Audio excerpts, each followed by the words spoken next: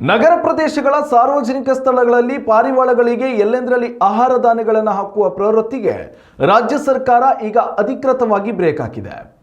ಪ್ರಾಣಿ ಮತ್ತು ಪಕ್ಷಿ ಪ್ರಿಯರು ರಸ್ತೆಗಳು, ಪಾದಚಾರಿ ಮಾರ್ಗಗಳು ಹಾಗೂ ಸಾರ್ವಜನಿಕ ಉದ್ಯಾನವನಗಳಲ್ಲಿ ಮುಕ್ತವಾಗಿ ಆಹಾರ ನೀಡುವುದನ್ನು ತಡೆಗಟ್ಟಲು ಆರೋಗ್ಯ ಇಲಾಖೆಯು ಮಹತ್ವದ ಸುತ್ತೋಲೆಯೊಂದನ್ನು ಹೊರಡಿಸಿದೆ.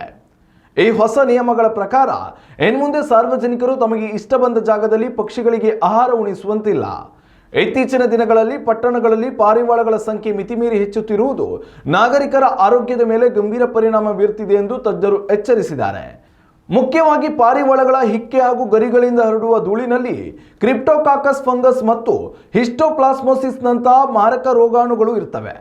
ಇವುಗಳು ಮನುಷ್ಯನ ಶ್ವಾಸಕೋಶವನ್ನು ಪ್ರವೇಶಿಸಿದಾಗ ತೀವ್ರ ನಿಗಾವಹಿಸಬೇಕಾದ ಅತಿಸೂಕ್ಷ್ಮ ನಿಮೋನಿಟಿಸ್ನಂತಹ ಉಸಿರಾಟದ ಕಾಯಿಲೆಗಳು ಕಾಣಿಸಿಕೊಳ್ತವೆ. ವಿಶೇಷವಾಗಿ ರೋಗ ನಿರೋಧಕ ಶಕ್ತಿ ಕಡಿಮೆ ಇರುವ ಮಕ್ಕಳು, ವೃದ್ಧರು ಹಾಗೂ ಮೊದಲೇ ಅಸ್ತಮ ಹೊಂದಿರುವ ರೋಗಿಗಳಿಗೆ ಇದು ಪ್ರಾಣಾಂತಿಕವಾಗಿ ಪರಿಣಮಿಸಬಹುದು.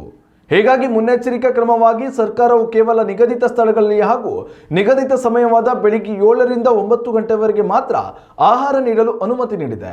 ಅಲ್ಲದೆ ಆಹಾರ ನೀಡಿದ ತಕ್ಷಣ ಆ ಜಾಗವನ್ನು ಕಡ್ಡಾಯವಾಗಿ ಸ್ವಚ್ಛಗೊಳಿಸಬೇಕಾಗುತ್ತದೆ. ವಿಮಾನ ನಿಲ್ದಾಣಗಳ ಸುತ್ತಮುತ್ತಲಿನ ವಲಯಗಳಲ್ಲಿ ಸಂಪೂರ್ಣ ನಿಷೇಧ ಹೇರಲಾಗಿದ್ದು, ಈ ಕಟ್ಟುನಿಟ್ಟಿನ ನಿಯಮಗಳನ್ನು ತಕ್ಷಣದಿಂದಲೇ ಜಾರಿಗೆ ತರಲು ಆರೋಗ್ಯ ಇಲಾಖೆಯು ಸ್ಥಳೀಯ ಮಹಾನಗರ ಪಾಲಿಕೆಗಳು ಮತ್ತು ಮುನ್ಸಿಪಲ್ ಸಂಸ್ಥೆಗಳಿಗೆ ಕಠಿಣ ನಿರ್ದೇಶನ ನೀಡಿದೆ.